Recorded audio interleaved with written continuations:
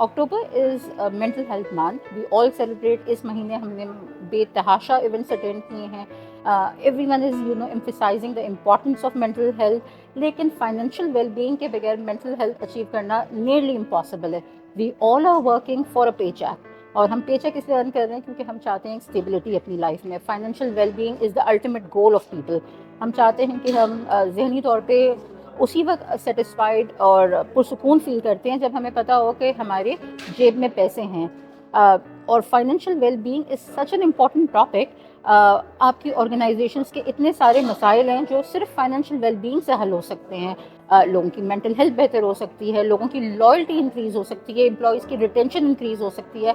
So this event is more about creating, balancing the aspect of HR and finance. And HR and finance are basically two sides of the same coin. How can HR people and financial advisors or CFOs work in collaboration in giving employees financial well-being? हमारे यहाँ बहुत सारे concepts हैं like budgeting, cost of living allowances, hardship allowances, and even the grading structures, pay structures, किस तरह आप employees को benefit कर सकते हैं.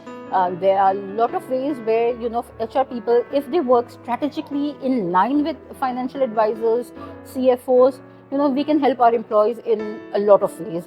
और इस कॉन्फ्रेंस का, इस सेशन का पर्पस भी यही है, so to educate people, to give awareness to HR professionals कि वो कौन सी स्ट्रैटेजीज़ हैं, वो कौन से मेथडोलॉजीज़ हैं, वो कौन से मैकेनिज्म्स हैं, वो कौन सी HR पॉलिसीज़ हैं जिनके through you can improve or help employees in gaining financial well-being.